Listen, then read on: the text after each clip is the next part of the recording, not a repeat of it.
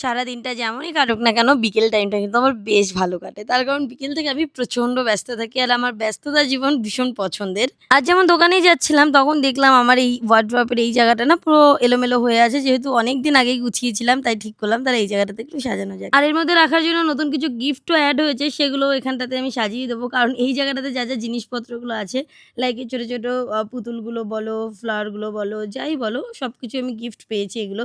এখানে একটা জিনিসও আমার কেনা নেই। সেইজন্য এই জায়গাটা আমার গুছিয়ে রাখতেও বেশ পছন্দ হয়। ক্যামেরাটা অন করে দেখলাম দোকানে খুব বেশি চাপ নেই। তার মানে আমি একটুখানি পরে গেলেও দোকানে অসুবিধা নেই। সেইজন্য কিন্তু আমি ১ম এ এই জায়গাটাকে গোছালাম। তারপরে চলে গেলাম কফি বানাতে। কারণ তৃষা এসছে।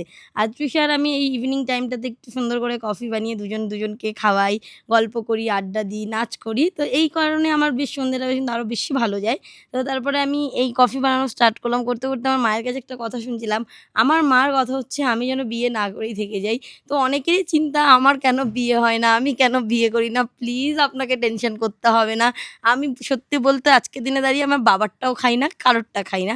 আমি নিজে ইনকাম করতে পারি তো আমি নিজেরটা খাই।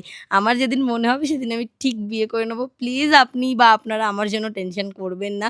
আমার জন্য টেনশন করার মতন অনেক লোক আছে এবং তারপর মোরাল অফ দ্য স্টোরি আমাকে নিয়ে সত্যি কারো চিন্তা করার কোনো প্রয়োজন নেই। আমার চিন্তা আমি করতে পারি। আমার ভগবান আমার সাথে থাকলে আর আমার ফ্যামিলির লোকগুলো এইভাবে আমার সাথে থাকলে আমার লাইফ ঠিক সেটেল হয়েই যাবো। আপনারা প্লিজ টেনশন করবেন না। Thank you for watching and দেখা হচ্ছে নেক্সট ভিডিওতে। সবাই খুব ভালো থেকো। টাটা।